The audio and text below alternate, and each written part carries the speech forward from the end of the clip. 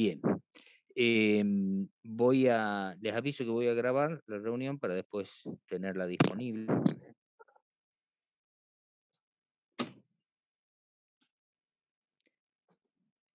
Buenísimo. Bien. Em, no, Fabiola no tomo asistencia. Ya hace un ratito expliqué los motivos, así que cualquier cosa después se lo comentan entre ustedes para no seguir invirtiendo más tiempo en ese tema.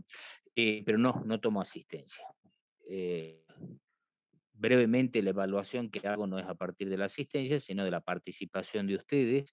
Y hablando de la participación de ustedes, estuvimos viendo las participaciones del foro, cosa que nos pareció muy interesante. Yo quiero comentarles algo. Para la cátedra es fundamental el trabajo de ustedes, y el trabajo de ustedes, al menos en esta materia que no tiene una actividad de laboratorio, no tiene una actividad de campo, para nosotros es fundamental la actividad tanto de la lectura como de la escritura. La lectura y la escritura es un ejercicio fundamental en el campo de la educación superior como parte de lo que se llama la alfabetización académica. ¿Por qué les digo esto? Porque básicamente nos alineamos dentro de una, una corriente que asume que saber leer y escribir no es suficiente, saber leer y escribir lo básico, digamos, de la alfabetización primaria, no es suficiente para manejar la cultura académica. Cada disciplina, cada ciencia, podríamos decir, en términos generales, ahora que recién empezamos a hablar de ciencia, formalmente en esta materia, disciplina, cada ciencia tiene su forma de escribir, tiene su forma de leer, tiene su propio discurso que va más allá de lo que es el significado de términos específicos. Entonces, uno aprende esta lectura y esta escritura académica de la manera más elemental, y es la que vamos a usar. ¿Cuál es la manera elemental? Leyendo y escribiendo. Entonces, con algunas pautas que vamos a ir dando a lo largo de la materia, lo importante es que ustedes se acostumbren a leer y a escribir en un ámbito, en una disciplina, esta que generalizamos diciendo epistemología, en una disciplina que tiene ciertas particularidades respecto al discurso. Ustedes van a ver que el discurso de la epistemología, los textos que ustedes tengan que leer y la forma en que ustedes se tengan que expresar de manera escrita, no se parece demasiado a los textos, a la forma, a la estructura que tiene un manual de biología, digamos, ¿no? Un manual de biología que en general tiene un discurso muy lineal. Cuando ustedes se enfrenten a los textos que vamos a ir trabajando, van a ver que hasta les puede resultar incómoda la lectura. ¿Por qué? Porque tienen una estructura algo distinta. Pero es importante que ustedes lean, por más que les cueste, repitan la lectura y escriban y repitan la escritura y se corrijan, porque es fundamental que ustedes incorporen la lógica de la estructura del discurso de la epistemología, no solo el significado de los términos o las palabras. Pero bueno, todo eso lo vamos a ir trabajando a lo largo de la materia. Lo único que le digo es que se van a enfrentar a una forma de lectura que es, a una forma de escritura, a un texto que es ligeramente diferente a lo que ustedes están acostumbrados a partir de las lecturas de manuales, por ejemplo, de biología o de ciencia en general. Bien, nosotros habíamos empezado las actividades, ustedes habían empezado las actividades escribiendo en el foro, escribiendo opiniones. Estuvimos revisando esas opiniones y particularmente me parece muy interesante todo lo que han escrito. Me hubiera gustado que se hubiera dado alguna interacción entre ustedes, pero bueno, siendo la primera actividad por ahí, recién estamos entrando en la lógica de la materia y espero que eso se vaya dando con el tiempo. Pero es muy interesante el planteo que se ha ido dando a lo largo de la participación de ustedes en el foro. Algunos han participado un poco más tímidamente, haciendo como un breve estoy de acuerdo o en desacuerdo con explicación. Otros han intentado y se han explayado un poco más. Todas las participaciones me parece que son buenas en la medida que reflejan la visión de ustedes.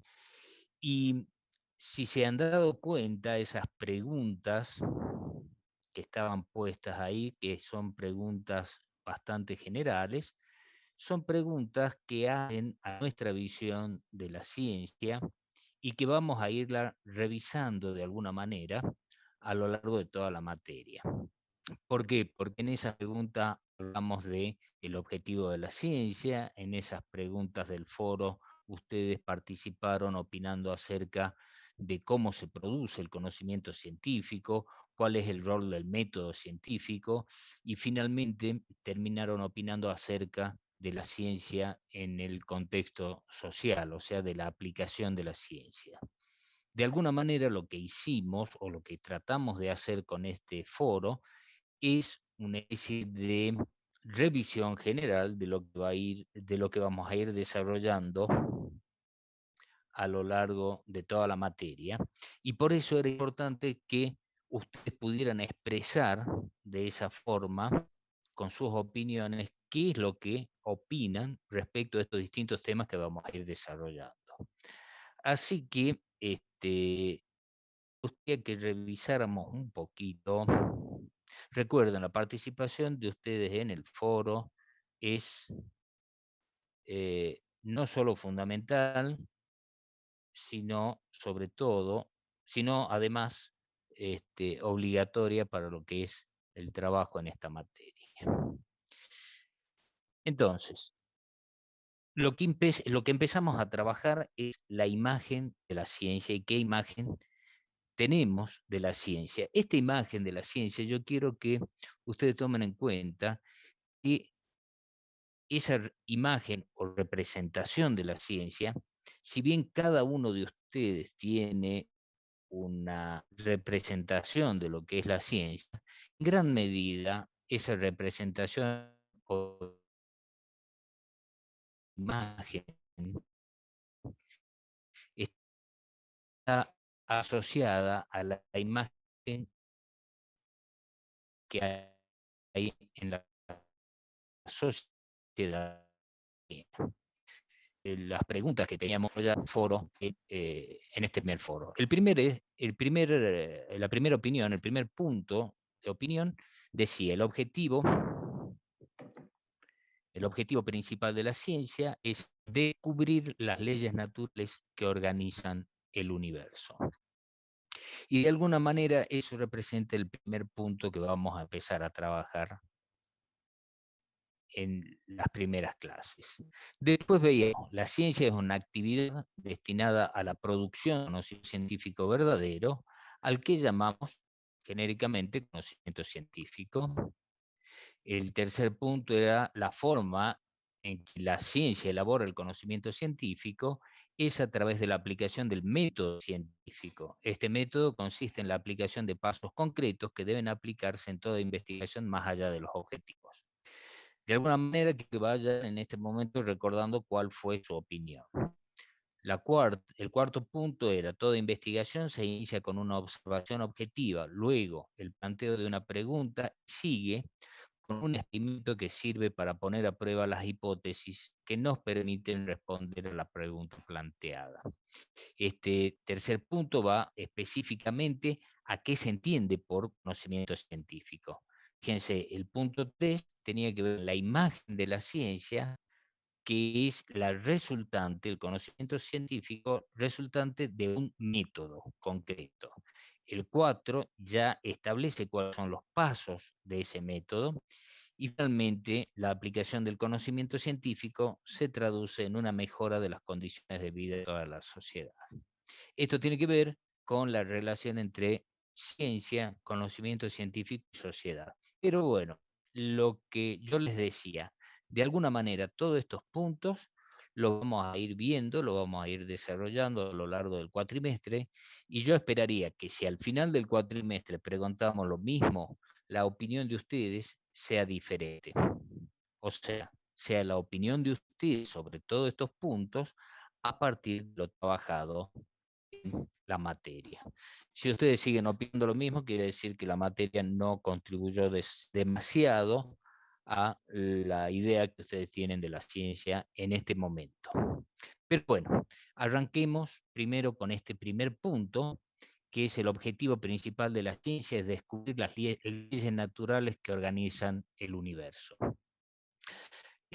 La mayoría de ustedes, por lo que estuve viendo en el foro, estuvo parcialmente de acuerdo con este punto, en la medida que si bien consideraban que esto era correcto, además decían que había otras actividades que se desarrollaban como parte de objetivo de la ciencia, muy, eh, como que era muy limitado como objetivo de la ciencia. Sin embargo, esto se los puse así porque acá hay elementos claves que vamos a trabajar desde hoy en la materia y que obviamente vamos a seguir trabajando. A propósito, puse objetivo principal como para dar una idea de la ciencia con una orientación específica y general. Fíjense que estamos hablando de la ciencia, no estamos hablando de las ciencias naturales, las ciencias sociales, estamos hablando de la ciencia en general. Pero acá los términos claves son descubrir, la idea de descubrimiento científico, hablan mucho, la idea de leyes naturales y la idea de organización del universo. Em, o mejor dicho, descubrir leyes que organizan el universo.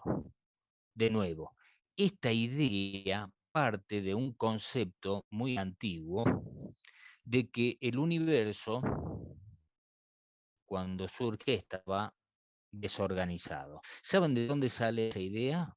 Básicamente en nuestra cultura. Si alguien lee el Génesis, el libro del Génesis de la Biblia, cuando se habla de la creación del universo, dice, en un primer momento todo era el caos, ¿sí?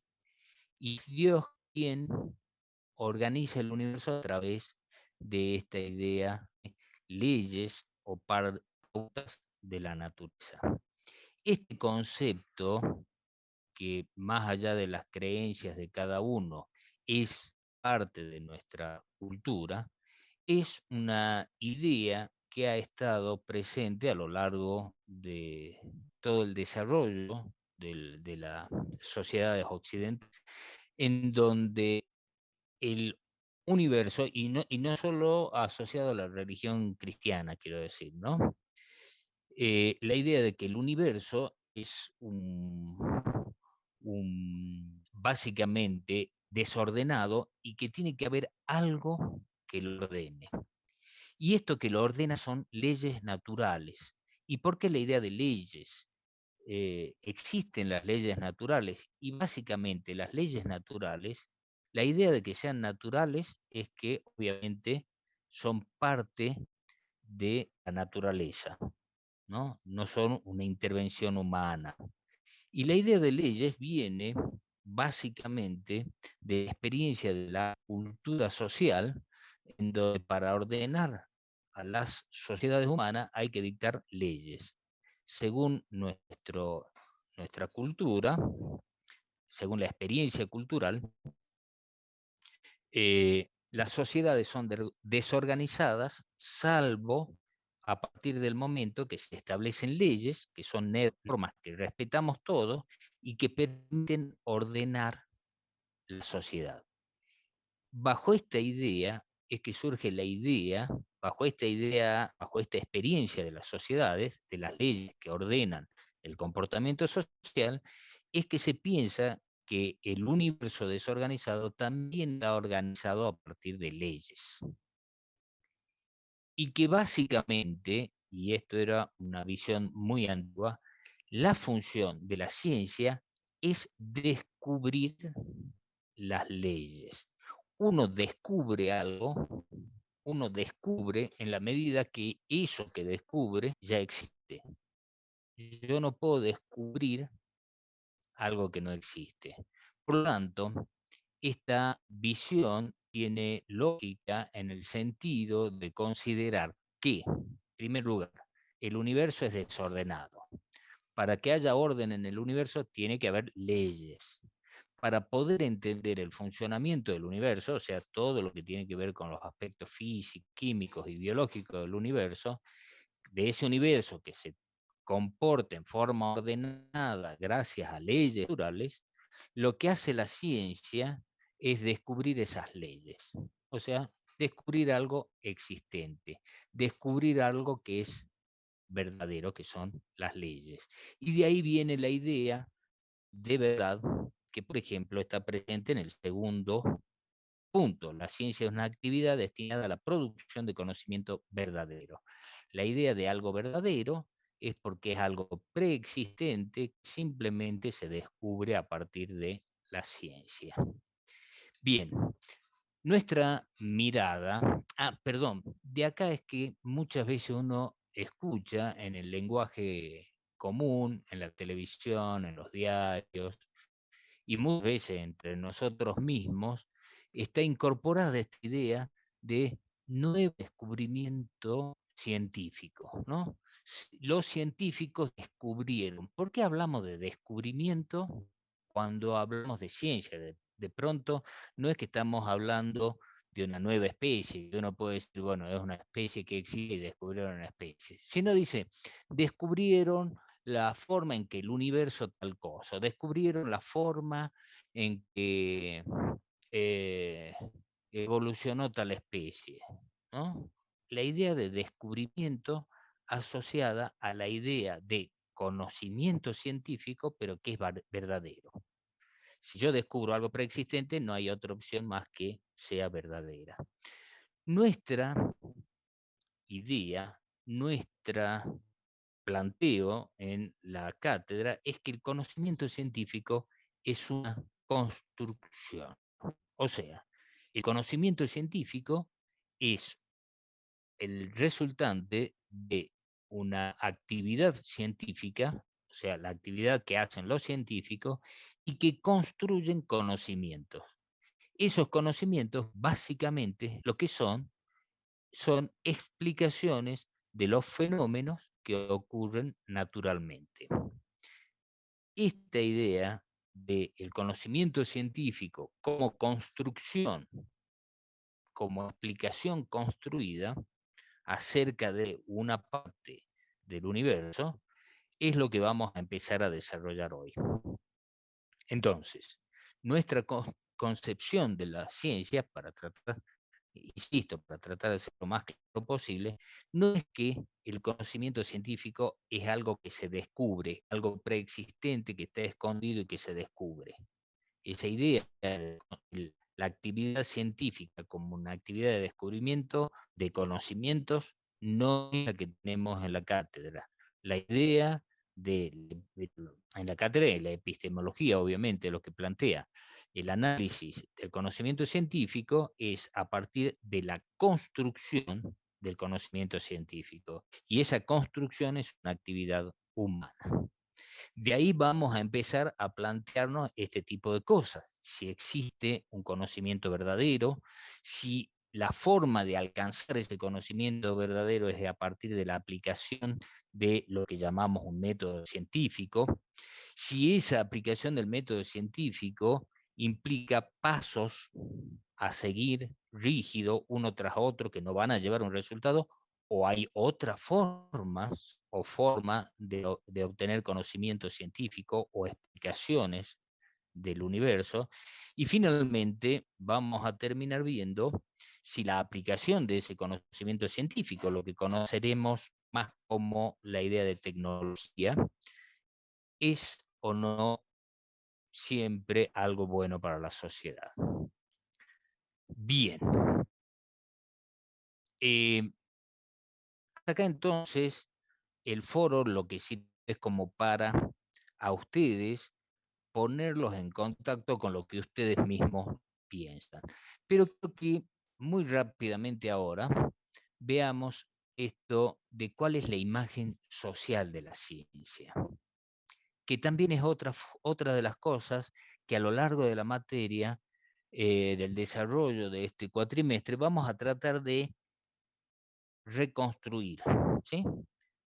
Vamos a ver cuál es la imagen social de la ciencia, que por ahí coincide con la de ustedes, y tratar de reconstruirla. Y acá hay algo importante. La imagen que la sociedad tiene acerca de la ciencia también es una construcción. Y ustedes van a ver que la imagen que en la sociedad circula acerca de la ciencia es algo que por nosotros compartir o ser parte de la sociedad, en gran medida la compartimos. Fíjense esto que interesante.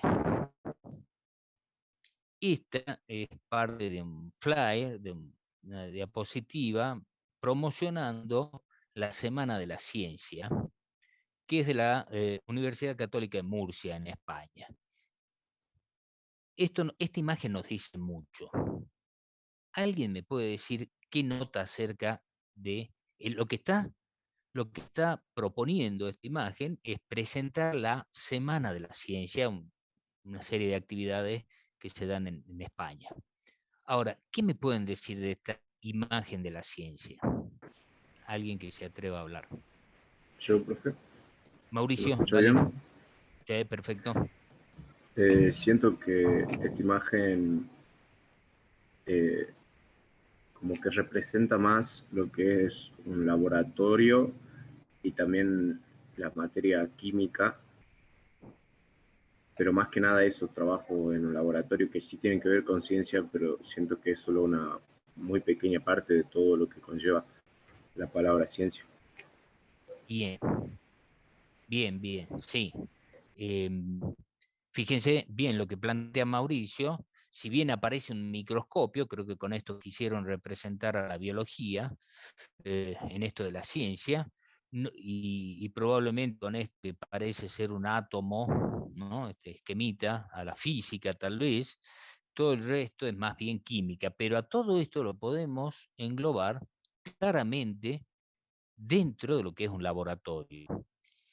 Y dentro de un laboratorio lo que se hacen son experimentos. Entonces, fíjense, la imagen social de la ciencia está muy asociada con los experimentos y sobre todo con el laboratorio. Eh, ¿Alguien que quiera plantear algo distinto? Más o menos todos coincidimos en esta imagen de la ciencia. No digo que sea la correcta, no estamos viendo qué es lo correcto, estamos haciendo un relevamiento de la imagen de la ciencia, algo que ustedes pueden hacer también, haciendo lo mismo que hice yo, poner ciencia en el buscador de internet y después pedirle que le muestren imágenes y se van a dar con cosas como esta, lo cual es una buena forma de ver de qué manera está representada la ciencia en nuestra sociedad. Sí, Fíjense, quizás, sí, sí, perdón, Iván, no. Sí, sí, sí, profe, métele. no. Sumar a lo que dijo el compañero, que quizás es algo muy delimitante, si bien se trata de exponer, no sé cómo dijo usted, el microscopio, pero son muy pequeños y se enaltece lo que es esto de la producción en un laboratorio, reacciones químicas, todo lo que es experimento únicamente, no se Claro, contempla en otras áreas de la ciencia. claro. Fíjense, bien, Iván. Fíjense, segunda imagen. Seguimos en la misma línea, ¿no? Eh, pero además podemos detectar otra cosa. Seguimos en un laboratorio, aparece un microscopio, un poquito más atrás parece ser una lupa binocular, ¿no? Gente ahí intercambiando opiniones acerca de algún resultado, pero a mí por lo menos lo que me llamó la atención, capaz que a ustedes también, es esta idea que también es parte de la concepción social de la ciencia, esta idea de limpieza, pulcritud, casi de perfección. En mi vida podré tener el pelo así de prolijo, como este investigador, pero además de eso, Fíjense lo que es la vestimenta, desde la corbata perfectamente anudada, el guardapolvo, que es un color blanco impecable, y la limpieza de los materiales de vidrio que hay atrás. Es la mesada, es todo como si se tratara casi de un quirófano. O sea, la mirada, la visión de la ciencia, lo que al menos a mí me representa, y creo que es claramente la representación social en parte de la ciencia, es esta idea de la ciencia asociada casi a la perfección, a la pulcritud, a esta cosa prácticamente aséptica, no contaminada, ¿sí? Esa cosa de algo que se hace en un ambiente sin manchas. Fíjense esta otra, muy similar a la anterior, muy similar a la anterior. Acá, si podemos encontrar un elemento nuevo, de nuevo aparece el microscopio, lupas, todo blanco, perfectamente blanco. En este caso se incorporan los barbijos también como una cuestión de asepsia, un tubito de ensayo. ¿Y alguien me puede decir qué tienen en común estas dos imágenes, más allá de lo que ya hemos citado?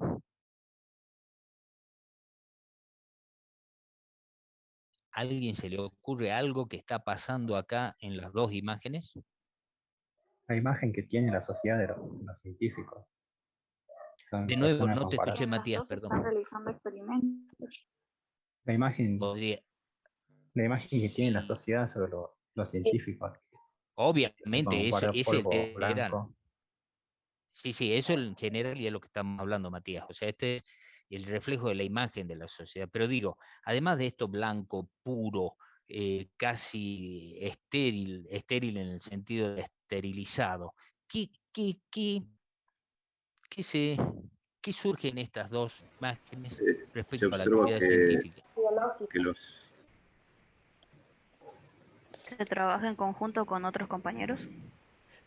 Bien, por lo menos dos, Solo pero hay algo común a las dos. Los dos observan experimentan. muestras. El lugar, no Ah, sé, puede ser, el muy laboratorio. bien, a eso me estaba refiriendo. Fíjense que en los dos aparece la observación, ¿no? Como actividad científica casi única, la observación. En los dos casos se refleja la observación como la actividad principal dentro del campo de la ciencia. Ahora, seguimos hablando de gente de guardapolvos, todo perfecto dentro de un laboratorio y limpio. La siguiente imagen, fíjense, tiene que ver con algo muy actual que trata de romper la mirada predominantemente masculina de la ciencia, que es algo que hasta no hace mucho tiempo era predominante. Y esto tiene que ver con un conversatorio que se llamó Por más niñas y mujeres en la ciencia, y les traigo este flyer. ¿Por qué? Porque esta es la promoción de conversatorio en donde es parte de todo un movimiento que tratan de incorporar o dar mayor presencia a las mujeres en el campo científico, porque como parte de la sociedad machista que vivimos a nivel global, a predominancia de hombres en la actividad científica. Pero fíjense que de nuevo, y perdón, otra aclaración. ¿Se acuerdan la primera imagen que era de una invitación a la Semana de la Ciencia en Murcia, en España? Y fíjense que acá este conversatorio está auspiciado por un montón de instituciones, pero fíjense, Organización de los Estados Interamericanos, la OEI, la Cátedra UNESCO, de nuevo la bandera de España, acá el escudo de España. O sea, esto es a nivel internacional, no es algo que pasa en Salta o en Argentina, esto es a nivel internacional. Estamos viendo la imagen de la ciencia a nivel, yo diría, global. De nuevo, más allá de que esto pone un elemento novedoso que es de alguna manera la concientización y la lucha para que haya más mujeres en la actividad científica, de nuevo se repite lo mismo que vimos anteriormente. ¿no? Guardapolvo, microscopio, átomo, ADN, ¿no? Fíjense, la visión de la ciencia, la mirada de la ciencia sigue estando muy asociada a el laboratorio. ¿Se dan cuenta de eso? Más allá de que esto es algo sumamente nuevo y además disruptor, está planteando algo como para romper la hegemonía de los hombres en la actividad científica. Fíjense que, sin embargo, la mirada de lo que es la ciencia se sigue repitiendo. Guardapolvo blanco, laboratorio, instrumentos de laboratorio, etc. ¿Se puede ver claramente eso? Probablemente muchas de estas imágenes sean las imágenes que tenemos nosotros de la ciencia. Porque, por una simple razón, somos parte de esta sociedad. Y esto no estamos hablando de la sociedad de Salta, insisto, sino estamos hablando de la sociedad a nivel internacional. Finalmente, le dejaba esta otra imagen de la ciencia que tiene que ver con el método científico, ¿no? Esta es una imagen de la ciencia, fíjense que esta es promoción de otro movimiento que se llama Ciencia Ciudadana, y lo que se presenta como imagen de la ciencia tiene que ver de nuevo, como la metodología de la ciencia, observación, planteo de hipótesis, experimento, que el experimento de nuevo tiene que ver con eh, vasos, tubos de ensayo, el laboratorio presente, un microscopio, un matraz con la interpretación, etcétera. Fíjense cómo se repite la idea de, ya acá, desde la metodología de la ciencia, sigue estando presente, sin lugar a dudas, el laboratorio como ámbito, como espacio de donde se produce el conocimiento científico. Esto también es otra de las ideas que vamos a tratar de eh, reconstruir. Eh, como pregunta final a esta rápida presentación, quiero que ustedes piensen dónde podría entrar en esta imagen de la ciencia la actividad de un ecólogo trabajando en el campo. ¿Sí? Fíjense, parecería que eso no es ciencia. O la actividad de un paleontólogo, por ejemplo, ¿no? Parecería que eso no es ciencia. Esta visión, que al menos yo considero un tanto distorsionada de la ciencia, es lo que vamos a tratar de nosotros de revertir y de diversificar desde la cátedra. Tratar de ver que la ciencia es mucho más que un laboratorio y que cuando hablamos del trabajo científico, no solamente estamos hablando de experimentos de laboratorio. Y eso, en biología en particular, es fundamental. Bien. ¿Algún comentario hasta acá? Sí, profe. Sí, Matías. Estas imágenes que usted mostraba, que Sí, uno también las puede obtener de internet, de la sí, imagen que uno tiene de la ciencia, también sí. se basan en la idea previa que tienen en general las personas sobre la ciencia. No todos en general pueden tener una carrera universitaria y no conocen la ecología, por ejemplo, paleontología. Entonces, estar más basado en algo más, algo más eh, eh, homogéneo, digamos, que se pueda entender. Ahora, Matías, de nuevo, no creo que sea más entendible un laboratorio que el trabajo de la ecología. Es más, vos entras a la televisión y a cada rato en Discovery Channel o en un montón de otros canales se ven la ciencia asociada a la actividad en el campo, por ejemplo. Lo que quiero que tengan en cuenta, bien, vos decías, esa es la imagen, de eso estamos hablando, la imagen que tenemos, y no es la gente que no va a la universidad, somos todos nosotros incluso, porque yo estoy seguro que si lo hubieras pedido a ustedes que seleccionen una imagen que represente la ciencia, la mayoría hubiera elegido algo similar a lo que vimos, ¿sí? Y eso, yo quiero que tomen en cuenta que ustedes son parte de la sociedad. Los científicos normalmente y naturalmente son partes de una sociedad. Y la mirada que tenemos de la ciencia no escapa de ser una mirada social. Lo que vamos a hacer en la materia no es explicar por qué la sociedad tiene esa imagen, sino tratar de enriquecer esa mirada de la sociedad, enriquecer nuestra mirada acerca de lo que es la ciencia para que nosotros no nos confundamos, ¿no? Más allá del tema de esta especie de muestreo social que podemos hacer. Por supuesto, con esto no agotamos, eh, con esto no agotamos lo que es la imagen de la ciencia. Lo que hacemos es ver más o menos un promedio de lo que es la imagen de la ciencia, y lo que me permite o nos permite es tener un punto de partida desde donde discutir esta visión generalizada de la ciencia, ¿no? Y Sí, Alejandro, ¿me dejas sí, sí, por supuesto. aportar una cosita?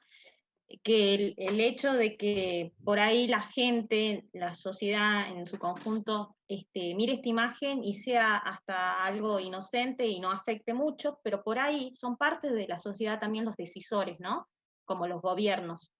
Y si ustedes pueden fijarse en la página de la Subsecretaría de Ciencia y Tecnología de la provincia de Salta, pueden ver que todos los trabajos que hacen son enfocados a las ciencias básicas, que son la química, que son la física, y no a otro tipo de ciencias, como, y no enfocado a la ecología, no enfocado a las ciencias sociales, que también son ciencias. Entonces, esta visión afecta directamente cuando está en el inconsciente de los decisores, ¿no? Bien. Sí, eh, esto afecta a lo que interpretamos como ciencia, a lo que consideramos como ciencia, y vamos a ver también a lo que consideramos como eh, conocimiento, o lo que algunos llaman conocimientos duros. O sea, parecería que aquello que no pasa por un laboratorio es como conocimiento menos, eh, menos aceptable, menos riguroso que lo que pasa por el laboratorio, como si la verdadera actividad científica fuera esta del laboratorio. Pero además, en el caso de lo que están acá presentes, muchos seguramente están cursando el profesorado, y esto también tiene que ver con la imagen de la ciencia que enseñamos. Los futuros profesores de nivel medio, que seguramente están acá en este momento, tienen que también empezar a construir una imagen de la ciencia más compleja, más elaborada. No esa imagen que hoy en día, como vemos, es predominante en la sociedad y que es bastante simplista, y que además lo que da la idea es de que la ciencia correcta o la mejor ciencia es aquella que ocurre en un laboratorio donde hay alguien de guardapolvo observando algo o haciendo algún experimento con tubitos. Todo lo demás es como una especie de ciencia de tercera o cuarta categoría. Pero bueno, esto es muy importante que nosotros vamos, no que hoy salgamos a decir, no, está todo mal con la imagen de la ciencia. Esto nos sirve simplemente como punto de partida para empezar a analizar los aspectos de la epistemología y de la filosofía de la ciencia que vamos a empezar a trabajar hoy. Estamos hasta acá, esto era simplemente una presentación.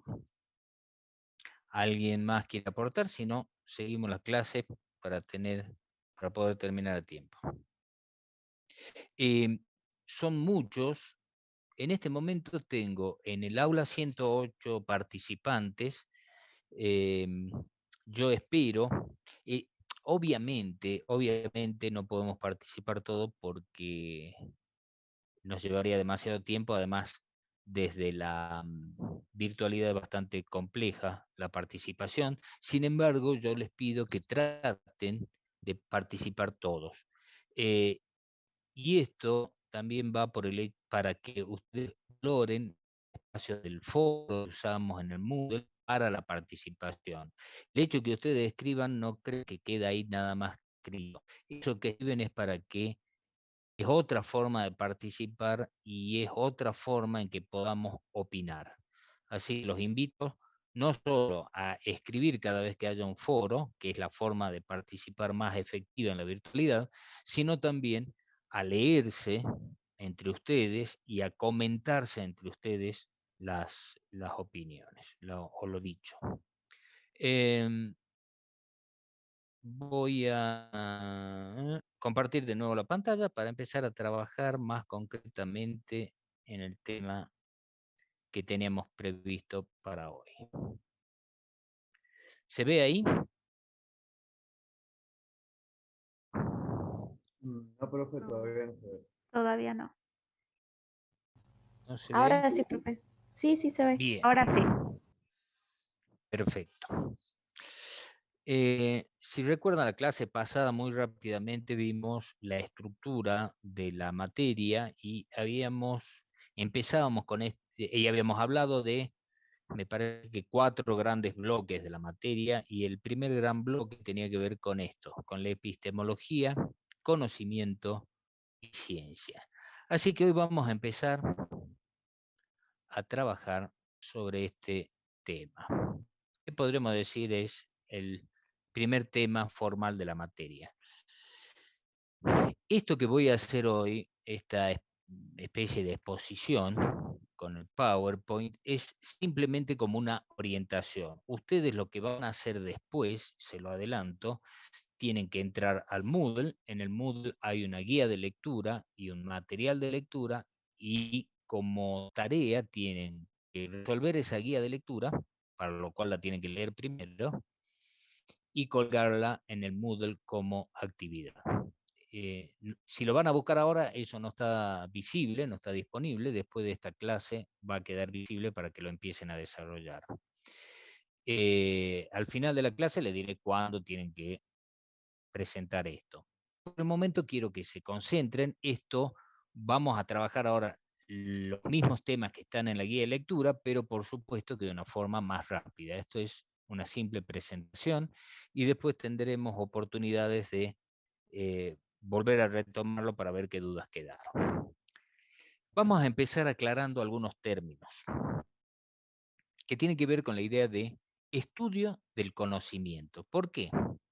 Acá van a ver un término bastante que suena medio raro, que es nociología, y que simplemente la nociología es el estudio del conocimiento, pero el estudio del conocimiento en general, de cualquier tipo de conocimiento, de cómo se conoce, las condiciones del conocimiento, pero desde el conocimiento vulgar hasta el conocimiento científico. Ese estudio del conocimiento es lo que se llama nociología. En cambio, cuando hablamos del estudio del conocimiento científico, estamos hablando de epistemología. Entonces podríamos decir que la epistemología es esa parte de la nociología que se encarga del conocimiento científico. ¿Sí? La epistemología sería un pedacito de la nociología, pero que se encarga de esto que conocemos como conocimiento científico. Ahora bien, muchas veces usamos el término epistemología y filosofía de la ciencia casi como si fuera lo mismo.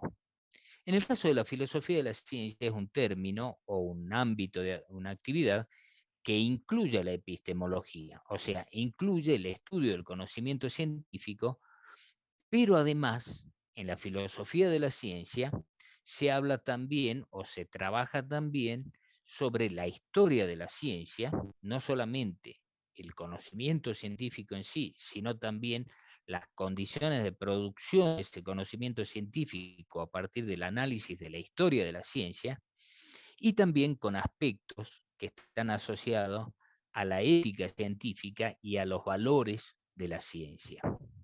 Entonces, fíjense, la filosofía de la ciencia no solamente incorpora la epistemología, sino que incluye aspectos de la historia de la ciencia, de los valores de la ciencia que tiene la sociedad y de la ética científica. Sin embargo, en líneas generales, muchas veces vamos a hablar de epistemología y filosofía de la ciencia casi como sinónimos. Simplemente esto es una aclaración para cuando vean los términos entiendan de qué estamos hablando. En algunos casos se usa epistemología y filosofía de la ciencia como sinónimos. Bien, algunas preguntas claves que nos podríamos hacer acerca del conocimiento científico. ¿Qué significa que conocemos algo? Cuando decimos yo conozco algo, ¿qué significa que conozco? Es lo mismo si yo conozco la receta para hacer la masa de la pizza, que decir yo conozco cómo es la órbita de Marte. ¿Qué implica conocer? Tener, o yo digo, yo conozco al primo de Julieta, ¿no? En ese caso, conocer significa que lo he visto alguna vez, tal vez he charlado con él. Ahora, ese, eso mismo, esa misma forma de conocer a alguien, estamos hablando de lo mismo cuando decimos conocemos la órbita de Marte. ¿Alguien vio la órbita de Marte en algún lugar? O yo conozco acerca del proceso de fotosíntesis, por ejemplo, en nuestro caso. ¿Qué significa conocer cómo se produce la fotosíntesis? ¿Es lo mismo que conocer a alguien? ¿Es lo mismo que conocer la forma de hacer algo? Esto nos lleva a esto, es decir, ¿cuándo podemos decir que conocemos algo? ¿Cuando lo puedo describir? ¿Cuando lo he visto? Yo para decir Profe, que conozco algo, tengo que además estar convencido de que eso es así. ¿Sí? Si yo digo, yo conozco el proceso de fotosíntesis, ahora, no creo que ninguno de ustedes haya visto una fotosíntesis mientras se produce, ¿no? A alguien le debe haber enseñado lo que es la fotosíntesis, probablemente hayan hecho alguna experiencia en laboratorio, ¿sí? Que le puso en evidencia la fotosíntesis, pero además, cuando ustedes dicen yo conozco, lo que están diciendo es que creen que la cosa es así como le han dicho o como han visto que ocurre, ¿sí? No es la única pregunta que nos podemos hacer acerca del conocimiento, sino también si existe una única forma de conocer las cosas. Vamos a ver que en realidad hay muchas formas de conocimiento y muchas formas de cómo conocemos. Y finalmente, lo que en algún momento nos vamos a plantear es si el conocimiento científico tiene algo en particular o es igual a cualquier otra forma de conocimiento. O mejor dicho, ¿qué tiene en particular el conocimiento científico, en última instancia, que hace que lo consideremos como una forma de conocimiento mejor que otra muchas veces? Y esa también es otra pregunta que tendríamos que hacernos. ¿Es el conocimiento científico mejor que otras formas de conocimiento? Todo esto son los planteos que nos vamos a hacer. Fíjense que hablamos de filosofía de la ciencia y alguien alguna vez dijo que mientras la ciencia generaba respuesta, la filosofía lo que genera es pregunta. No sé si estoy muy seguro, porque creo que desde la filosofía también se pueden obtener algunas respuestas interesantes, pero desde la filosofía, desde el conocimiento, lo primero que nos tenemos que plantear son las preguntas pertinentes. Mauricio, no sé si querías plantear algo, perdón.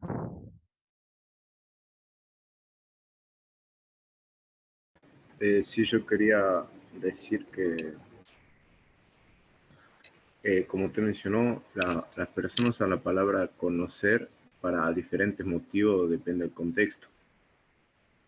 Pero no está, siento que no está planteado las diferentes definiciones que puede tener la palabra, depende de cada contexto, porque yo creo que conocer algo o se refiere a saber como qué es así por encima. Es diferente a decir yo sé cómo funciona o yo sé lo que es, y para saber cómo funciona o saber más detalladamente lo que es, uno puede explicarlo y hacerle entender a otra persona, enseñarlo, lo que sea. Claro, Pero Matías, pero Mauricio, vos me estás diciendo que conocer es algo es superficial. Cuando hablamos de conocimiento científico, no estamos hablando de algo superficial. claro, porque eso es diferente a la palabra conocer. Como le digo, hay diferente, no le digo lo que es, sino como siento que se utiliza la palabra conocer. Bien, lo que pasa es que vos fijate, justamente lo que estoy haciendo es incentivándolo a ustedes mismos plantearse estas preguntas. Vos fíjate, Mauricio, que cuando estabas explicando esto decía, metiste otro término que es saber. Conocer y saber es lo mismo. O sea, cuando yo sé es porque lo puedo explicar y cuando conozco no necesariamente, fíjense cómo ya nos podemos empezar a enredar. Y acá aparece otro término que también es complejo. Ojo, no quiero que hoy nos respondamos todo esto porque es lo suficientemente complejo como para poder sacar una explicación. Además, esto no tiene una respuesta lineal.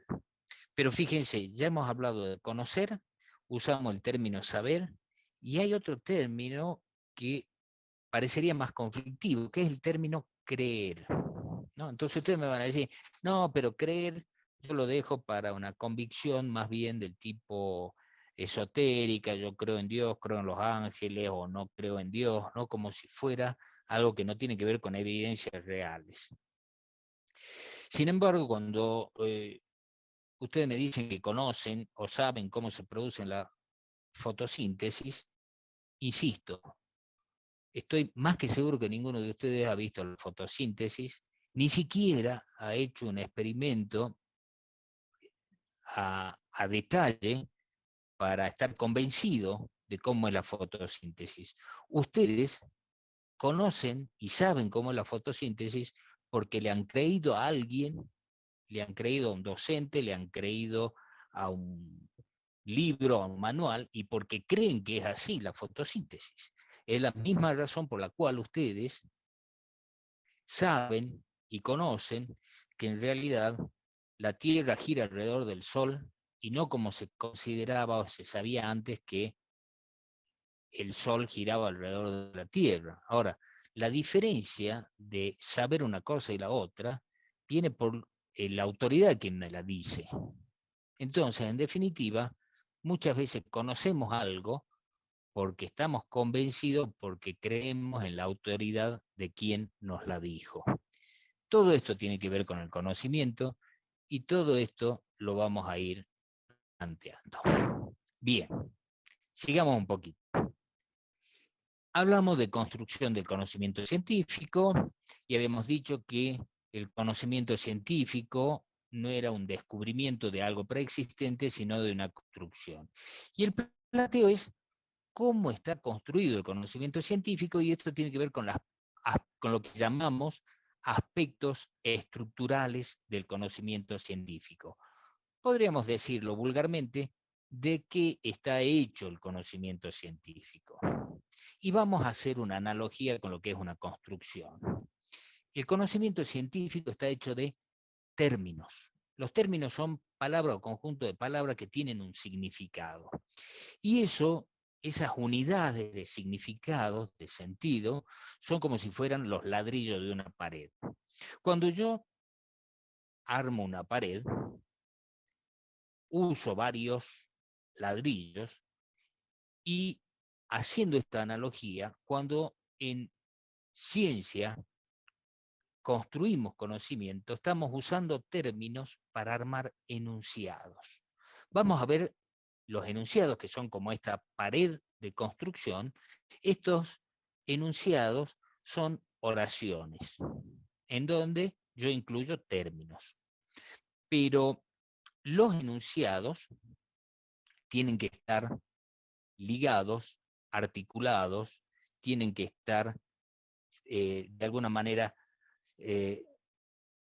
armando, formando y con resistencia a partir de algo que llamamos razonamientos, que ya vamos a ver de qué se tratan los razonamientos, pero por el momento nos importa entender que los razonamientos son aquellos que le dan coherencia, le dan ligazón, que le dan eh, andamiaje y fortaleza a una estructura más grande.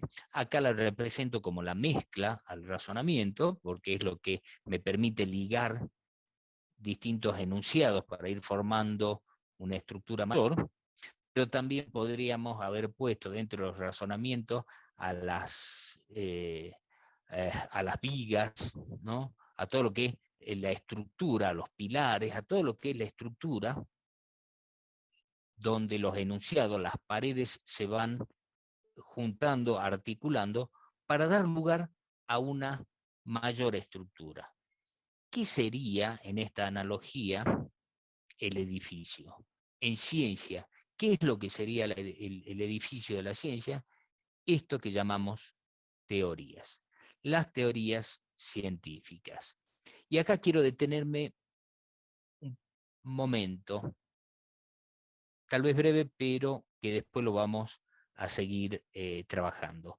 Cuando hablamos de teorías, estamos hablando de la mayor construcción articulada, coherente, de conocimientos científicos, que se considera válida en aplicación de una determinada porción de realidad. Por ejemplo, cuando hablamos de la teoría celular o la teoría de la evolución. ¿Por qué quiero hacer hincapié en esto? Porque desde la perspectiva científica, la teoría es la máxima construcción del conocimiento científico y que es aceptada por la comunidad científica. Quiero hacer esta aclaración enfática porque en el lenguaje común muchas veces se usa el término teoría para referirse a algo que es especulativo. Cuando dicen, no, pero fíjate que eso es muy teórico, o lo que vos me estás diciendo es muy teórico. En el lenguaje común, esa adjetivación, ese uso del término teoría como adjetivo, eso es teórico, estaría significando, bueno, eso es como relativo, o eso le faltan evidencias o pruebas. Desde el punto de vista científico, una teoría es la máxima construcción de conocimiento científico. No es algo relativo en el sentido de que no puede ser como no puede ser o es una opinión. No, es el conocimiento aceptable. Está claro eso, ¿no? Porque por ahí dicen, yo escuché gente decir, no, pero fíjate vos que la teoría de la evolución es una teoría, como diciendo, es una especulación. No, desde el punto de vista científico, una teoría es la máxima construcción del conocimiento aceptada en algún momento. En este momento, la teoría de la evolución, o la teoría sintética de la evolución en todo caso, es lo que los científicos consideran como válido de la explicación del cambio de los sistemas vivos a través del tiempo. No es una especulación relativa que tiene poco asidero en la realidad. Entonces, que quede claro, cuando hablamos de teorías, en este ámbito estamos hablando de, insisto, la máxima construcción del conocimiento científico. Pero vamos a ver más en detalle qué son los términos. Los términos, decía yo, son palabras o grupo de palabras que tienen un significado común, específico, como la unidad de significado de algo. Y que tiene que ver, obviamente, con el lenguaje. Perdón, fíjense, estamos hablando, quiero volver a esto, estamos hablando de cómo está construido el conocimiento científico, estamos hablando de los aspectos estructurales del conocimiento científico y estamos hablando de elementos del lenguaje, lo cual nos lleva a concluir que el conocimiento científico está construido por el lenguaje. Es la forma en que nosotros construimos el conocimiento científico, no solo como forma de expresarlo, sino como forma de construirlo. ¿Sí? Bien, fíjense qué interesante. Nosotros vamos a tener dos tipos de términos. Lo que llamamos términos observacionales, que hacen referencia a algo a lo que puedo acceder en forma directa con mis sentidos, aun cuando esté usando instrumentos. ¿Qué sé yo? Ahí lo que vemos es una hoja. Ahí podemos decir un ave, pero si focalizo un poco más, estoy hablando o puedo focalizarme en el pico curvo de esa ave como parte de una descripción. Y acá podría estar hablando perfectamente de células vegetales, pero donde claramente veo la pared celular típica de una célula vegetal. Ahora, esto es lo que yo puedo observar. Cuando hablo de términos observacionales, fíjense, es un término, es una palabra o una composición de palabras que hacen referencia a algo. En este caso, a la hoja. En este caso, al pico curvo. En este caso, a la pared celular. Acá quiero, para entender esta definición, que ustedes vean que cuando yo digo hoja, el término hoja es un término observacional. ¿Por qué? Porque el término hoja, esta palabra, hace referencia a algo a lo que yo puedo acceder en forma directa, que es esta hoja que estoy viendo. Cuando digo pico curvo, este término es observacional, en este caso tiene dos palabras, pero el significado es uno solo, pico curvo. Estoy haciendo referencia a esto que veo acá. Entonces, el término es pico curvo. Y es un término observacional porque hace referencia a algo que yo puedo acceder en forma directa con mis sentidos. Aún dice acá con instrumento, que sería el caso de pared celular. Cuando yo hablo de pared celular, de nuevo, estas dos palabras que me representan un término, yo digo, este término pared celular, esto que escribo, pared celular, hace referencia a algo que yo puedo ver, algo que yo puedo observar con mis sentidos, en este caso, ampliado con un instrumento. O sea, los términos observacionales hacen referencia a cosas a las que yo puedo acceder en forma directa con mis sentidos o utilizando algún tipo de instrumento. ¿Hay algún otro tipo de términos que utilicemos? Sí, los términos teóricos.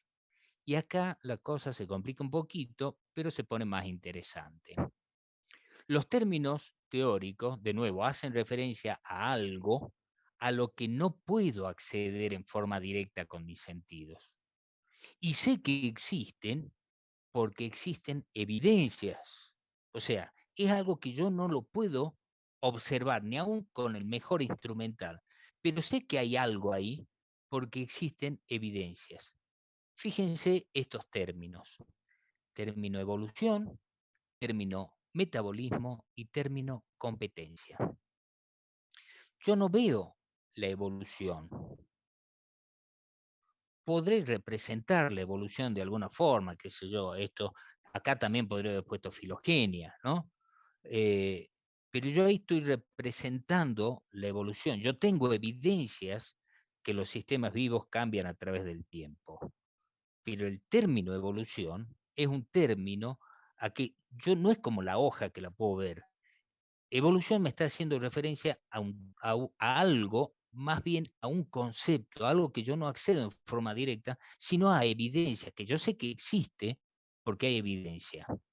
El metabolismo, yo lo puedo representar con algo así, con este esquemita. Pero el metabolismo yo no lo puedo ver, yo no puedo partir una célula por el medio y ver el metabolismo celular, ¿no? Sin embargo, nosotros usamos el término metabolismo con una naturalidad que es como si yo lo estuviera viendo. Y si yo me pregunto, ¿cómo sé que existe el metabolismo? Y bueno, porque yo lo puedo describir, porque puedo hablar de nutrientes, porque puedo hablar de productos y residuos, porque puedo hablar de transformaciones de energía. Y todo eso son evidencias de que existe el metabolismo.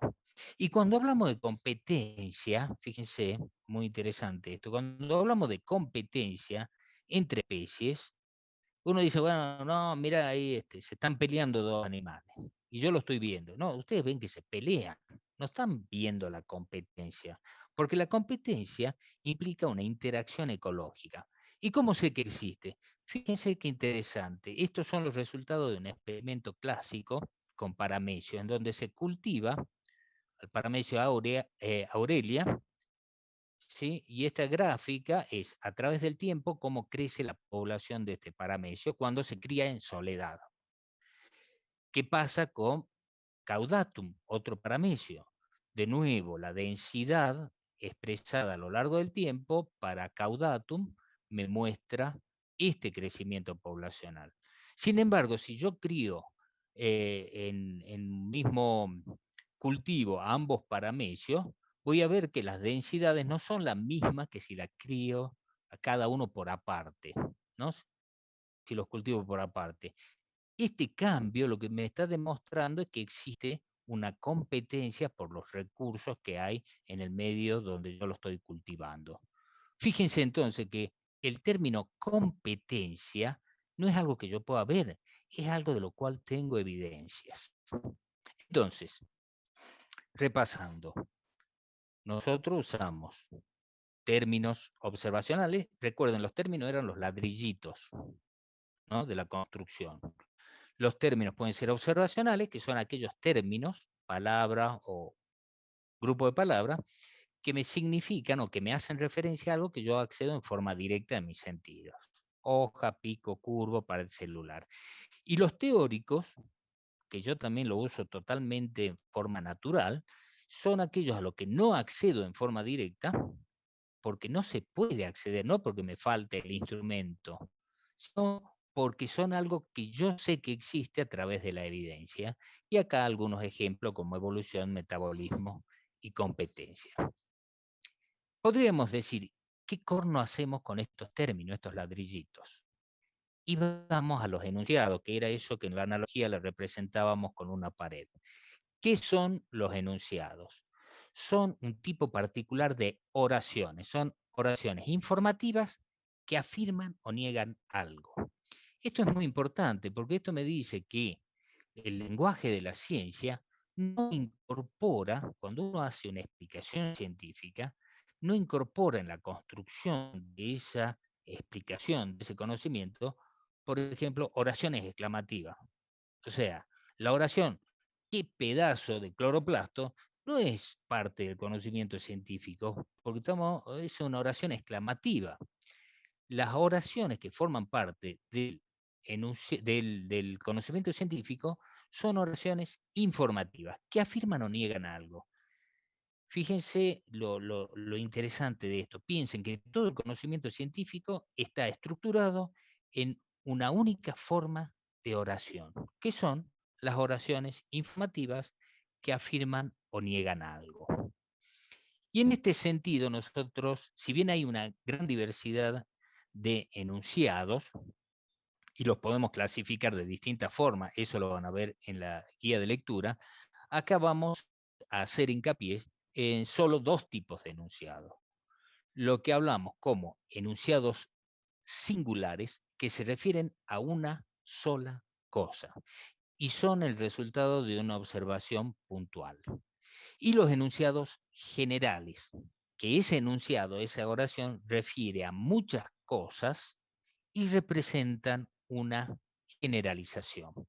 Son ejemplos de enunciados singulares, por ejemplo, el ratón tiene 7 vértebras, o la jirafa tiene 7 vértebras cervicales, perdón, 7 vértebras cervicales, o el humano tiene 7 vértebras cervicales. Un enunciado general, en este sentido, podría ser los mamíferos tienen 7 vértebras cervicales.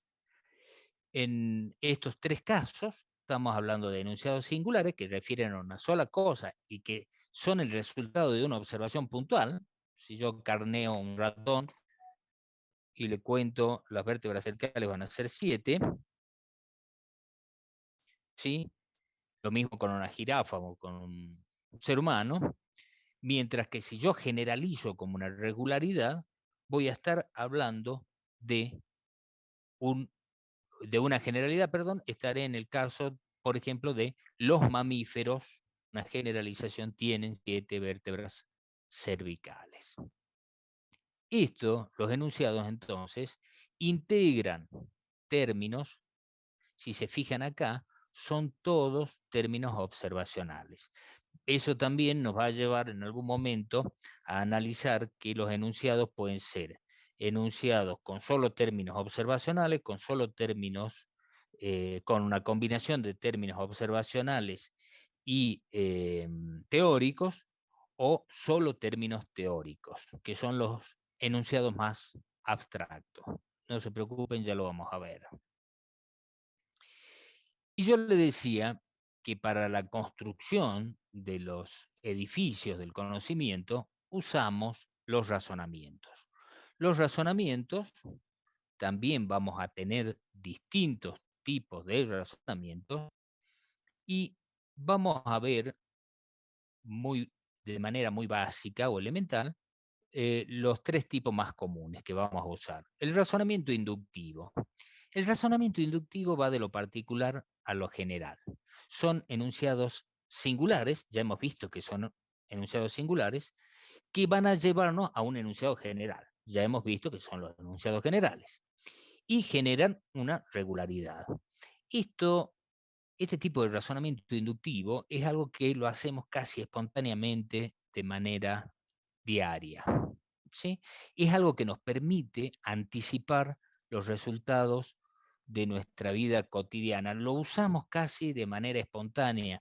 No nos hace falta hacer un curso de, de lógica, ¿sí? Porque estos son razonamientos lógicos.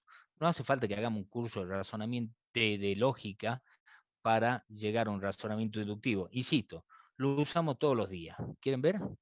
Cuando dicen todos los hombres son una porquería, más allá de que tengan o no razón, están haciendo una generalización. Uno podría preguntarse, pero ¿cómo llegamos a esta conclusión? Y bueno, uno podría preguntarse si el muestreo que hicieron es lo suficientemente bueno o se equivocaron en la elección. Ojo, los hombres también tenemos algunas generalizaciones de este tipo que no son muy felices, que digamos. Pero dejemos de lado esto, que es más una broma, y vamos a ver cómo funcionaría el razonamiento inductivo en el caso del conocimiento científico. Esto que les dije es la forma de decir, el razonamiento inductivo es esto a lo que llegamos a una generalización a partir de experiencias particulares, ¿no? Y es algo que está en la vida cotidiana. Fíjense, yendo un poco más a algo un poco más científico, la bacteria tiene pared celular. Eso es un enunciado singular. Yo veo un A, B, C y D hacen referencia a una especie de bacteria o grupo, como le quieran llamar. Si yo digo la bacteria tiene pared celular, es un enunciado singular. La bacteria B tiene pared celular, otro enunciado singular que me representa una observación puntual. La bacteria C tiene una pared celular, lo mismo. La bacteria D tiene pared celular.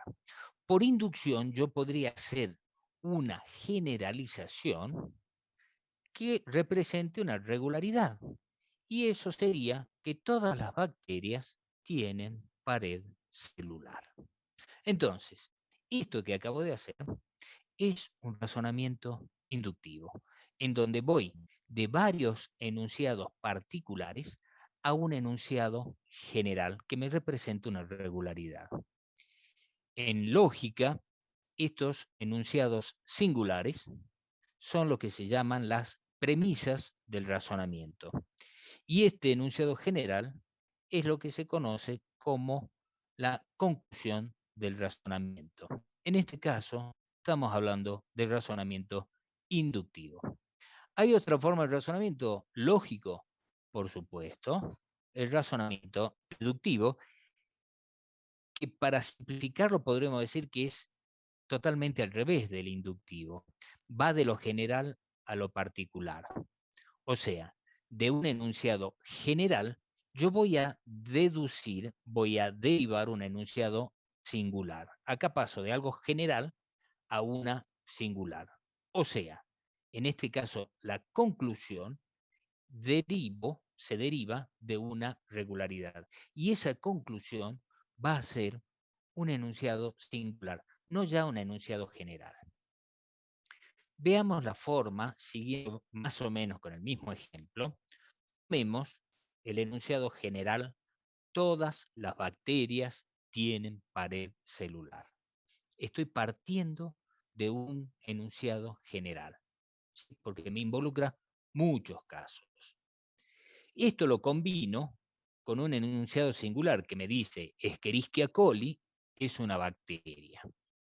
Si yo hago un razonamiento deductivo correcto, la conclusión que voy a obtener acá es un enunciado singular válido, que es que Escherichia coli tiene pared celular. Fíjense, todas las bacterias tienen pared celular. Escherichia coli es una bacteria. Escherichia coli tiene pared celular. En general, los razonamientos deductivos los utilizamos en una experiencia cotidiana y también en ciencia para hacer predicciones, ¿no? Si yo sé que todas las bacterias tienen pared celular y Escherichia coli es una bacteria, puedo predecir que Escherichia coli va a tener pared celular. Cuando ustedes lean el material, cuando vean la parte del razonamiento deductivo, ahí les va a explicar algunas formas correctas de razonamiento y alguna forma incorrecta. Y usa una terminología que por ahí nos cuesta, es casi una terminología matemática. Le va a decir, dado P, en este caso la bacteria, entonces Q tiene pared celular. Si se da que P, Escherichia coli es una bacteria, entonces Q, Escherichia coli tiene pared celular. Hagan cuando lo lean, hagan este paralelismo con este ejemplo y para entenderlo un poco mejor.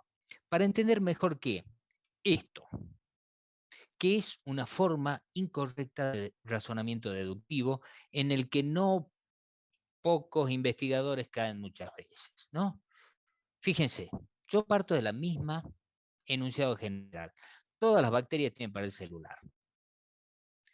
La célula vegetal tiene pared celular. Y la conclusión, obviamente errónea, es que la célula vegetal es una bacteria. Esta es una forma de razonamiento deductivo incorrecto. ¿Por qué? Porque no se sigue la regla del razonamiento. ¿Se acuerdan acá?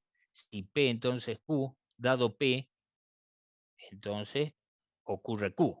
Acá lo que está haciendo, si P entonces Q, dado Q, resulta P, que es invertir la forma de razonamiento, y eso es un error en el razonamiento deductivo. Esto es algo que es incorrecto. Por supuesto que no vamos a entrar en detalle ni vamos a hacer demasiadas cosas ni ejercicios de este tipo. Es simplemente para que ustedes sepan que hay formas correctas e incorrectas del razonamiento deductivo. Y esa es la incorrecta. Y finalmente, hay un tipo de razonamiento que se llaman razonamientos analógicos, que es bastante usado en biología, pero que también puede llevar algunos errores, ¿no? Pero es un tipo de razonamiento muy utilizado, que básicamente, podríamos decir, utiliza la comparación para que a un caso particular eh, le atribuyamos ciertas características derivadas de un grupo al que pertenece ese caso particular.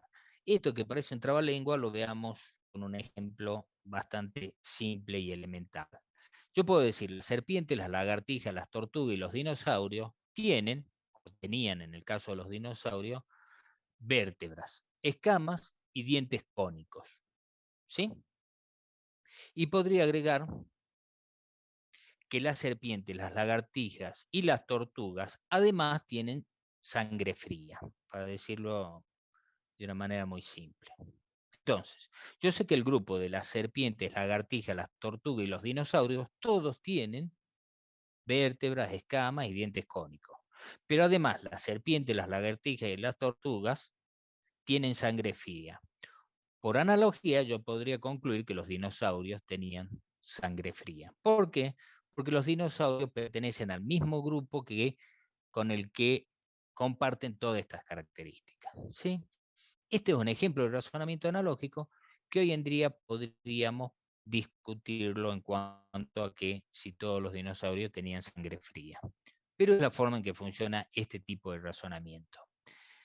Recuerden, en el ejemplo que nosotros dimos, vimos cómo, perdón, me estoy adelantando, cómo los razonamientos son esos elementos dentro de la construcción que le van a dar la coherencia, la estructura y la fortaleza al edificio que está armado por las paredes, son los enunciados, y esas paredes a su vez integran los términos, que serían los ladrillos de la construcción del conocimiento científico. Como resumen, recuerden, todo conocimiento científico está hecho de un solo tipo de oración, que son las oraciones informativas que afirman o niegan algo y podrían ser singulares cuando refieren a una cosa o generales cuando refieren a muchas cosas a la vez. También en este primer parte vamos a ver una clasificación de las ciencias. Esta es una clasificación más que elemental, seguramente la pueden haber visto en la escuela media, y que nos, por lo menos a los objetivos de esta materia, tiene los elementos que necesitamos. Ser lo suficientemente simple y servirnos para después entender otras cosas. Esta clasificación de las ciencias separa lo que son las ciencias formales de las ciencias fácticas. Las ciencias formales, como la lógica o la matemática, es la ciencia que trabaja, y esto presten atención, trabajan con entidades ideales. ¿Qué significa? Con entidades, con cosas, podríamos decir vulgarmente, que no tienen una existencia real. Tomemos como ejemplo la matemática. El número 1, 2, 10 no existe en la naturaleza. Yo puedo decir 10 huevos, pero lo que existen son los huevos. El número 10 no existe en la naturaleza, es una entidad ideal, es una entidad formal, por eso se llaman ciencias formales. Tampoco existen aquellos que me establecen una interacción entre estos elementos ideales, como pueden ser las operaciones.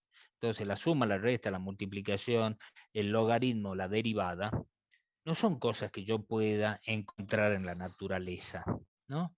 Yo no puedo poner una trampa para pillar un número, ni tampoco puedo filmar en la naturaleza cómo se desarrolla un logaritmo.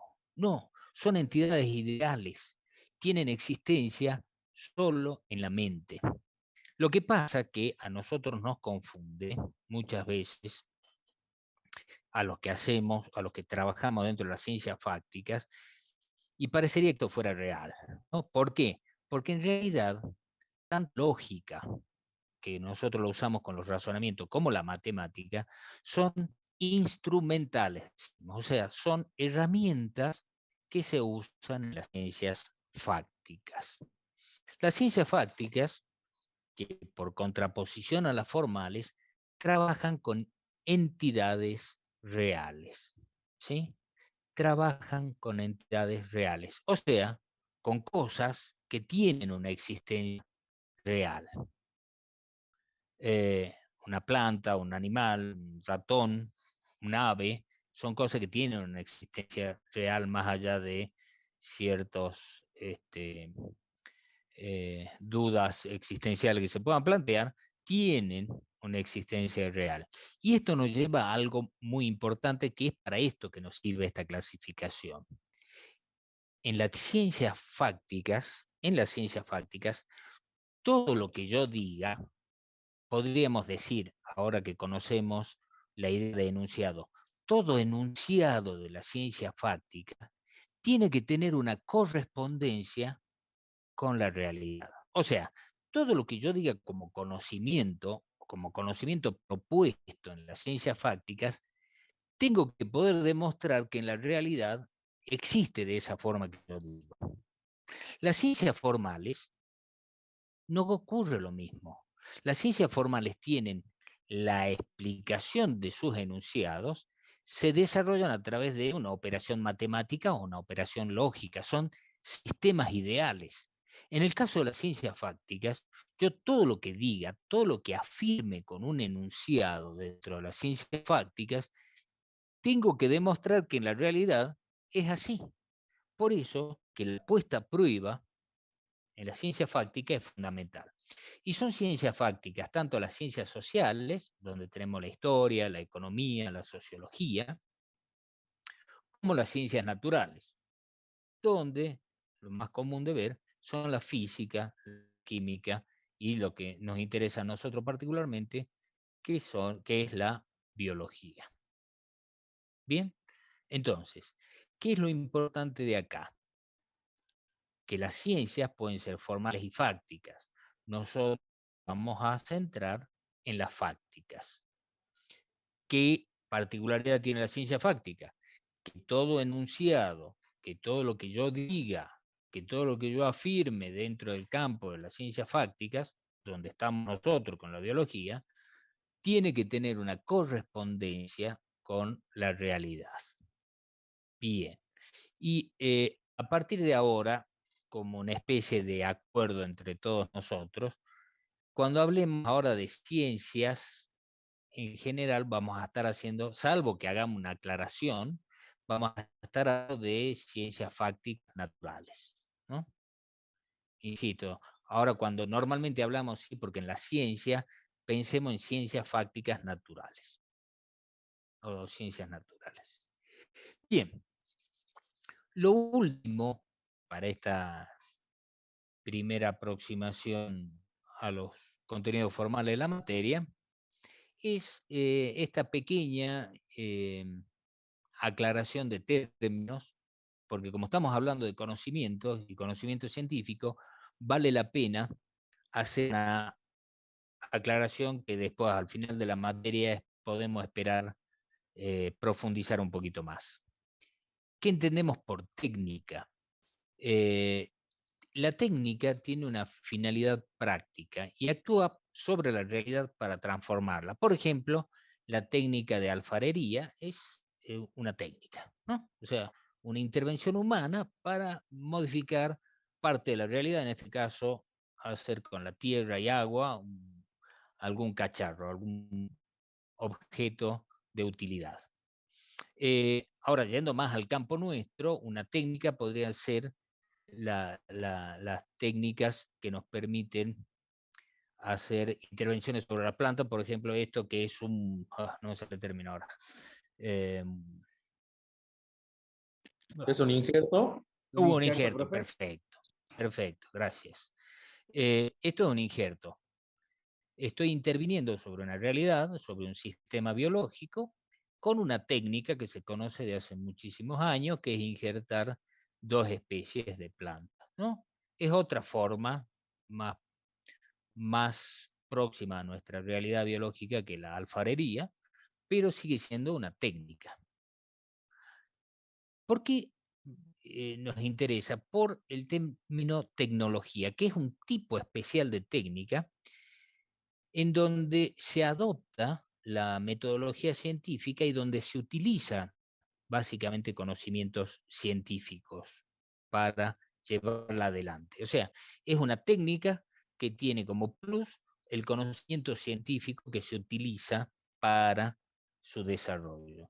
Cuando hablamos de tecnología, en general pensamos, esta cuestión de imagen también, en la cuestión tecnológica que tiene que ver con la informática, por ejemplo, ¿no? Con equipos de este tipo electrónico.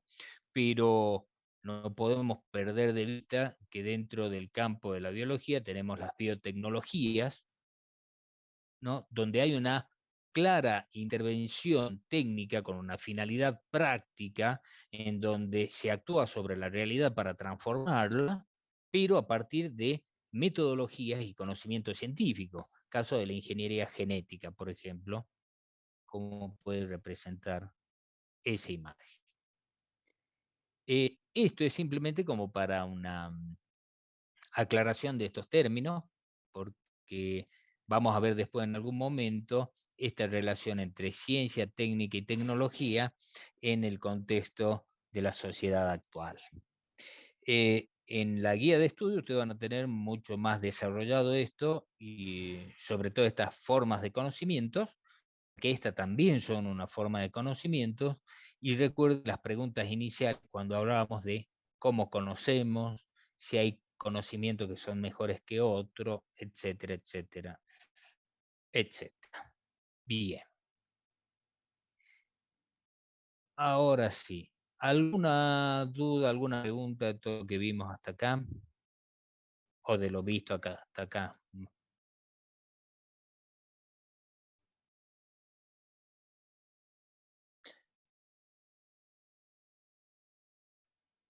Sí, profe, una pregunta con respecto al trabajo práctico 1.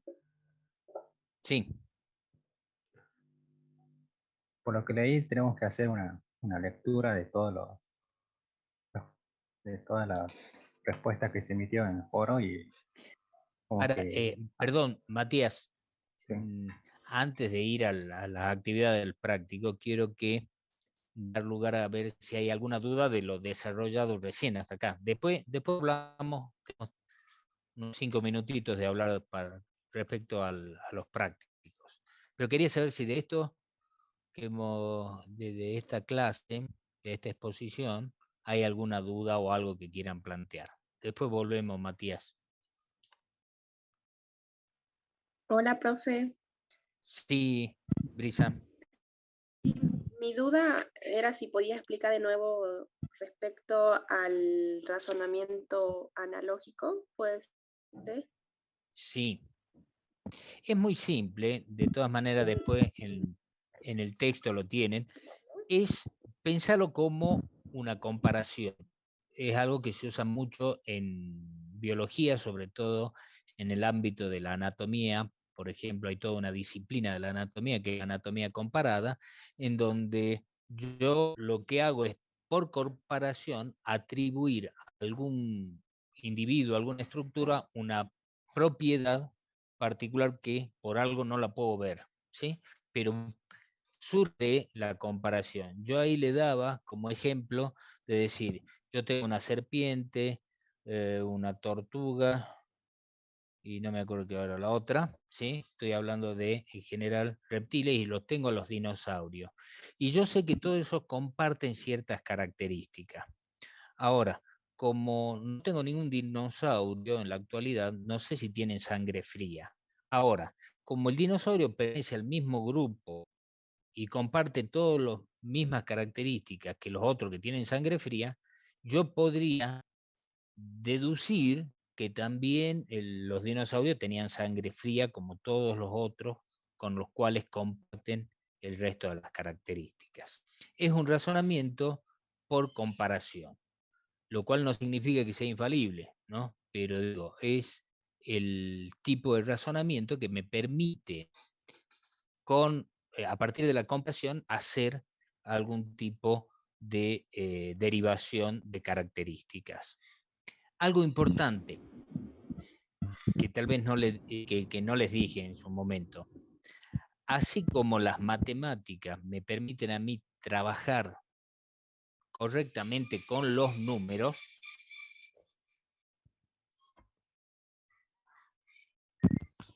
así como le decía, así como las matemáticas me permiten trabajar correctamente con los números, los razonamientos lo que me permiten es trabajar correctamente con los enunciados. ¿Sí? Brisa, yo lo que en todo caso piensen entonces en la idea de el razonamiento analógico como una forma de razonamiento comparativo. Después que ustedes lean y hagan la guía de lectura, la resuelvan, el martes lo volvemos a discutir si quedó alguna duda. Gracias, profe. No, por nada. ¿Alguna otra pregunta? Profe, Sí, Yo tengo una pregunta con respecto a la teoría, digamos. Usted dijo que es la Sí, máxima construcción de la ciencia.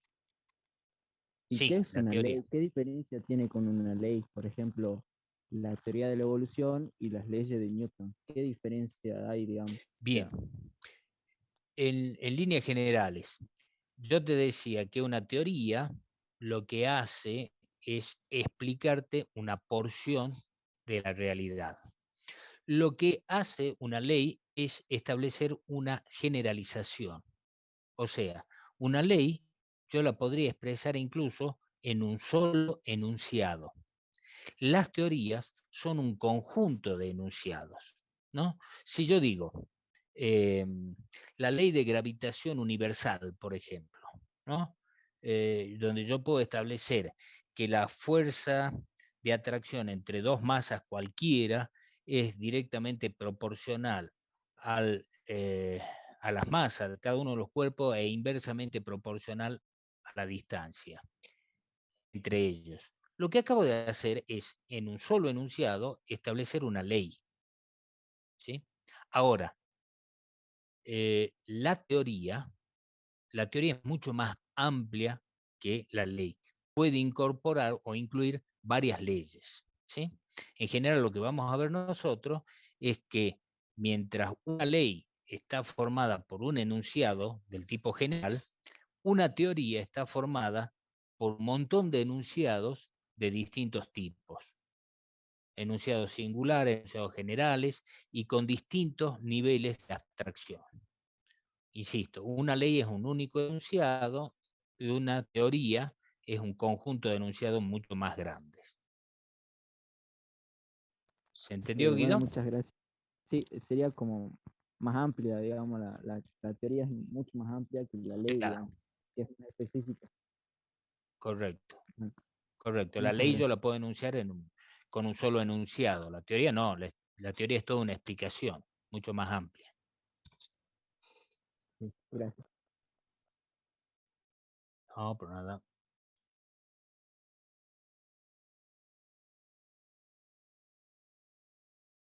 Bien. eh,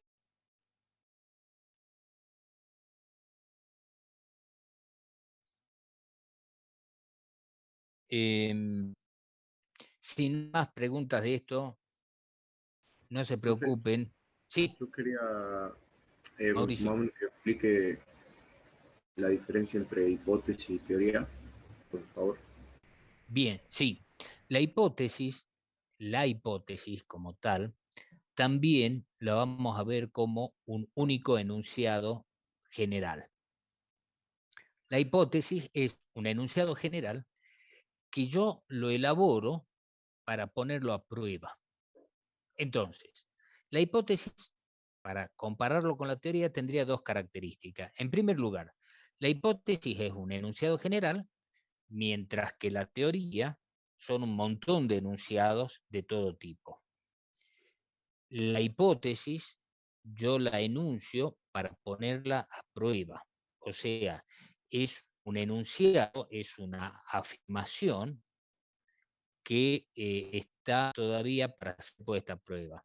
La teoría, como decíamos, es ese conjunto de enunciados mucho más amplio que me explica una porción de la realidad. La finalidad es explicar la realidad, pero que ya es aceptada como válida esa explicación. Ese conocimiento científico es aceptado como válido. La hipótesis es algo que yo lo elaboro para ponerlo a prueba. O sea que todavía está, podríamos decir, en duda o no está aceptada. ¿Se entendió, Mauricio? Sí, la teoría terminaría siendo eh, como un conjunto de hipótesis ya puesta a pruebas. Podríamos decir que sí. Lo que pasa es que la teoría también tiene enunciados del tipo observacionales que no necesito ponerlos a pruebas por ahí. O sea, Ah, la teoría es mucho más amplia. claro. De todas maneras, está bien la pregunta de Mauricio, en algún momento lo vamos a trabajar un poquito más. De todas maneras, le decía, después cuando veamos los modelos de producción de conocimiento científico, vamos a ver un modelo muy interesante que es el falsacionismo, y ahí el término de hipótesis hay como media vuelta más de rosca, muy interesante, y toma como otro significado, ¿no? Pero concretamente, mientras que la teoría es un conjunto de enunciados de distinto tipo y ya está aceptado como válido por la comunidad científica, la hipótesis es un enunciado del tipo general, acá son muchos, un enunciado del tipo que se formula para ponerlo a prueba. O sea que es algo que todavía no tiene la aceptación de la comunidad científica como conocimiento. Muchas gracias, profe. No, por nada. Bien. Recuerden que la clase es hasta las 18, no quiero abusar de ustedes ni de su tiempo. Todas las otras dudas vayan almacenándolas para que las discutamos el martes. Entonces ahora, muy rápidamente, vamos a responder lo que preguntaba Matías. El trabajo práctico número 1, Matías, es simplemente, por escrito, formular las respuestas que formularon en el foro. Es una actividad muy simple, es pasar por escrito lo que pusieron en el foro, pero reformulándolo si es que consideran que deben reformularlo. ¿Se entiende? O sea, ustedes en una primera instancia escribieron en el foro su respuesta o su opinión acerca de esas preguntas. Se supone que habrán tenido la oportunidad de leer lo que decían otros compañeros. Además, algo de lo que charlamos hoy puede impactar en tener una apreciación sobre esos puntos del foro. Entonces, lo que les pido es que muy rápidamente pongan por escrito, en formato de ese trabajo práctico, lo que vimos en el foro. Vuelvan a reformulen las respuestas del foro. Un trabajo muy sencillo. ¿Se entiende, Matías? Sí, perfectamente. Es muy simple. Probablemente, por ahí ustedes agarran y dicen, no, yo sigo pensando exactamente lo mismo que pensaba en el momento en que escribí en el foro. Listo, pondrán lo mismo que pusieron en el foro. Tómense un tiempito para pensar si hay alguna reformulación de eso que vieron en el foro. Respecto a la guía de lectura 1, que va a quedar disponible ahora, más los materiales de lectura, tienen dos materiales de lectura de la misma autora, que es Yanela. Es en realidad un mismo archivo partido en dos para que sea más fácil de trabajarlo. Y la guía de lectura es muy simple. Tiene la función de ser una guía de lectura, orientarlos en la lectura de lo que van, orientarlo en hacer foco en lo importante dentro de la lectura.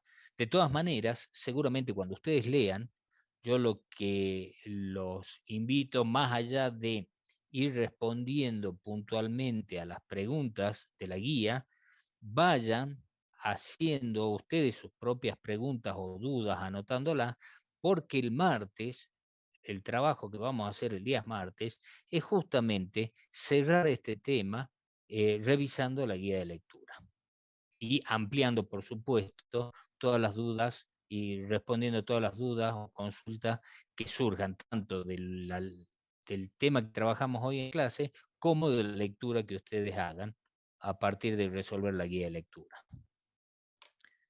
¿Se entendió?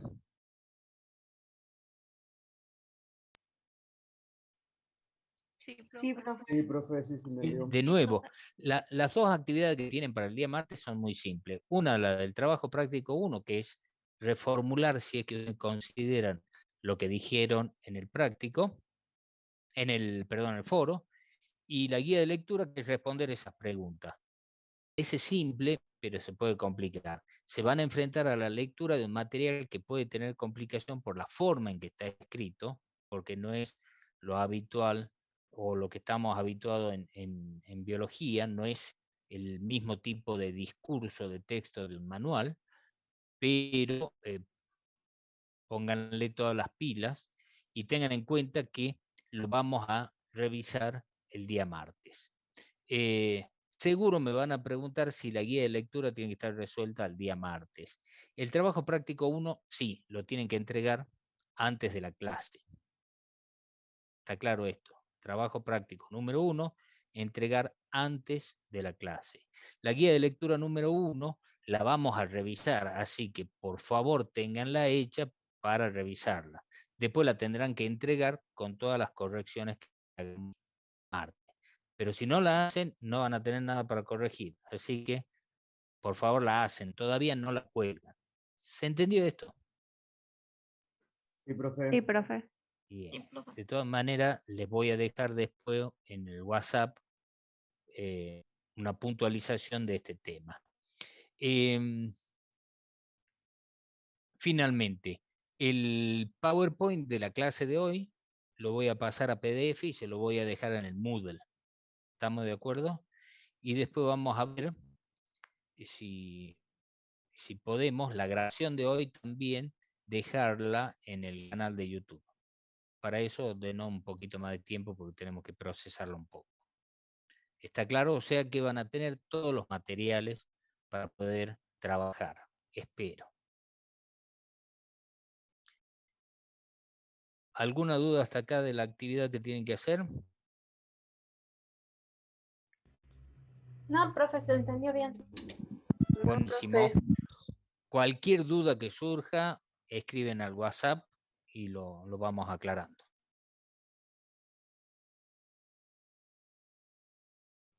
Bien. Por hoy terminamos acá. Si se quieren desconectar, se pueden desconectar. No de la vida, ¿no? Sino del Zoom. Hasta luego, profe. Chao, profe. Chao, hasta Gracias, luego. profe. Chao. Gracias. Hasta luego, profe.